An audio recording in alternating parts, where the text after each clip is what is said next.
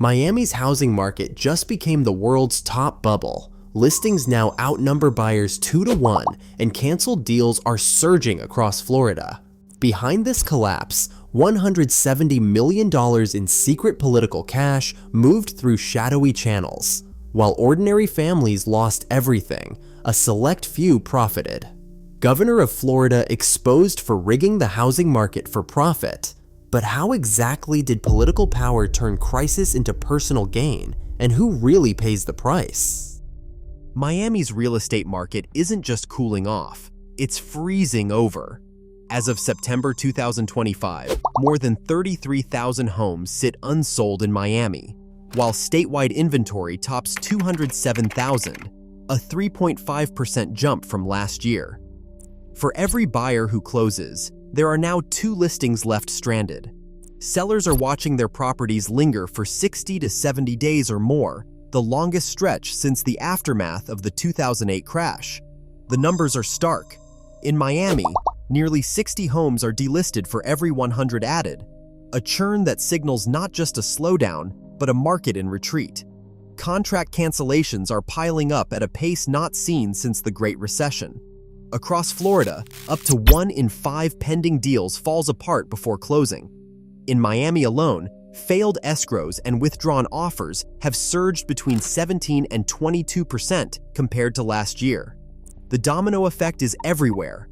Appraisal gaps, rising mortgage rates, and sudden price drops force buyers and sellers to walk away in droves. The data doesn't lie. Redfin and Altos Research track a historic spike in these failed transactions, confirming that instability isn't just a headline, it's daily reality.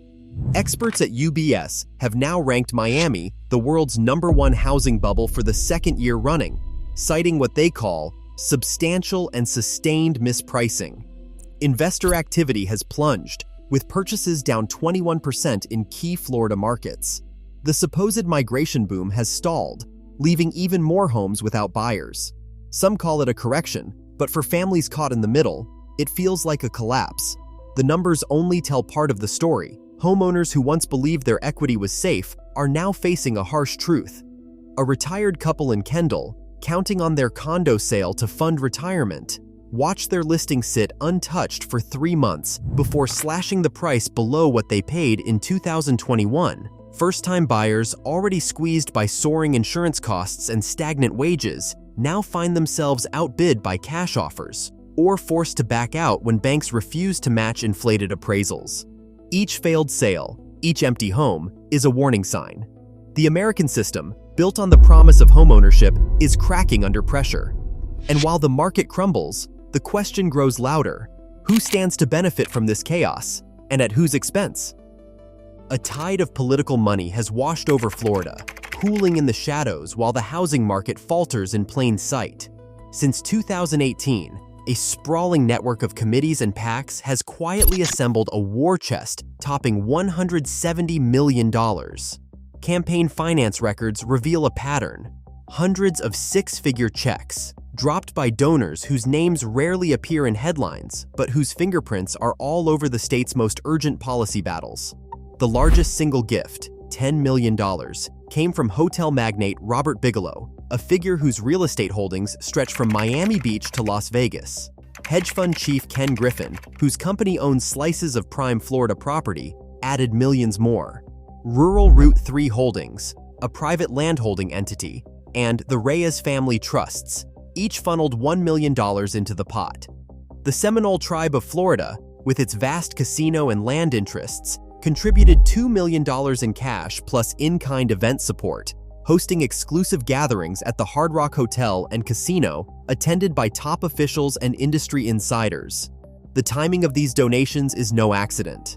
Watchdog groups and investigative reporters have traced the biggest checks to periods just before or during legislative sessions, moments when the fate of housing, insurance, and land use laws hung in the balance. The Republican Governors Association and national PACs, flush with business sector cash, funneled another $17 to $20 million into Florida, often through layers of intermediary committees that make donor tracing a challenge for even the most determined investigators. In some cases, Bundled donations from corporate families or developer groups arrived in rapid succession, their origins obscured by a maze of pack-to-pack transfers. Lobbying records show a familiar cast of donor executives and registered lobbyists crowding the halls of Tallahassee during key bill negotiations. Official event logs are rarely public, but leaked guest lists and media reports confirm the presence of major real estate developers at closed-door fundraisers. The Seminole tribe's in-kind donations provided not just cash, but access, private rooms, exclusive dinners, and the kind of FaceTime that ordinary Floridians never see. While families across Florida watch their home values slide and their dreams of stability slip further away, the machinery behind the scenes keeps turning. The resources amassed by these networks dwarf anything seen in previous cycles. As the market buckles, the question grows more urgent. What are these donors buying, and who will answer to the public when the bills come due? Governor Ron DeSantis didn't just watch the housing market spiral, he put his thumb on the scale. In April 2024, he signed Senate Bill 180. A law slipped into the books as disaster recovery, but carrying a hidden payload for developers. The statute froze local government's ability to tighten land use or development rules for 2 years, stripping counties and cities of their main tools to manage growth and fund basic infrastructure. Overnight, county officials found themselves boxed in. Any attempt to raise impact fees or demand more from builders risked crossing the state's new red line. The threat wasn't just theoretical. When Manatee County moved to increase developer fees to pay for roads and schools, they received a letter from the Florida Department of Commerce, run by a DeSantis ally. The message was blunt: back down or lose $17 million in state funding. Commissioners, caught between cratering home sales and a statehouse ready to punish dissent, scrambled to comply. Developers, some of them among the governor's top donors, used the law as legal ammunition, suing counties that refused to play ball. Internal emails between county attorneys and state officials, now public record, show a clear pattern.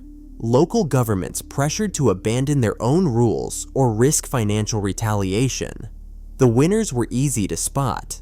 Large landowners and builders, many with six-figure checks to the governor's campaign, gained a free pass to push projects through with minimal oversight.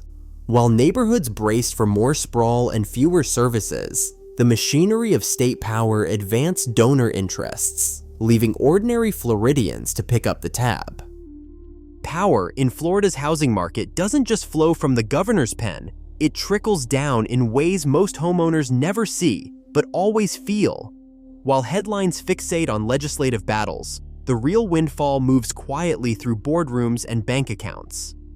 Ethics filings show that since 2019, Governor DeSantis's blind trust has reported holdings in several real estate funds and market-indexed vehicles, all legally shielded from public scrutiny. One such entity, Rural Route 3 Holdings, surfaced in campaign finance disclosures as a major donor, its ownership structure obscured by layers of shell companies. No public record directly ties the governor to its profits, but the timing of its investments and outsized returns have drawn the attention of watchdogs and journalists alike. Meanwhile, the pain is public.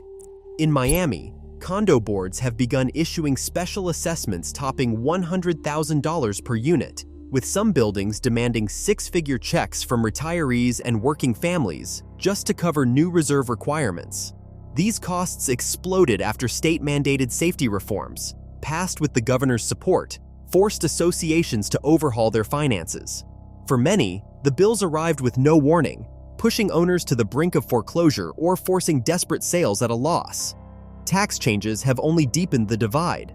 Statewide, property tax amendments promised relief for some, but the reality has been a $28,000 average benefit flowing to luxury owners and well-connected investors, while middle-class residents shoulder higher assessments and shrinking exemptions.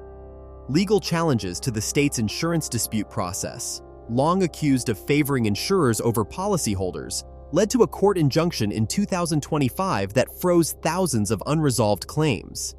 Families waiting for settlements after hurricanes now find themselves trapped in limbo, unable to repair or sell their homes. The pattern is unmistakable. Profits and protections accrue at the top, while ordinary Floridians are left to absorb the fallout.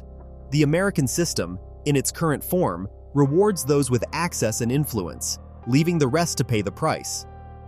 Florida's housing crisis is marked by a 2-to-1 ratio of listings to buyers, record days on market, and $170 million in political committee cash amassed as the market collapsed.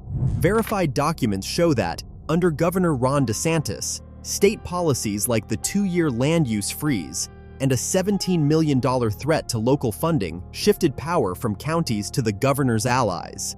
Ethics filings confirm his blind trust's activity during this time, while homeowners face 6-figure condo assessments and rising property taxes. Yet, the full extent of the governor's personal financial benefit remains hidden due to classified trust records and ongoing court cases. What's clear from official records is that political decisions and concentrated donor influence shaped the market's direction, leaving ordinary Floridians to bear the cost.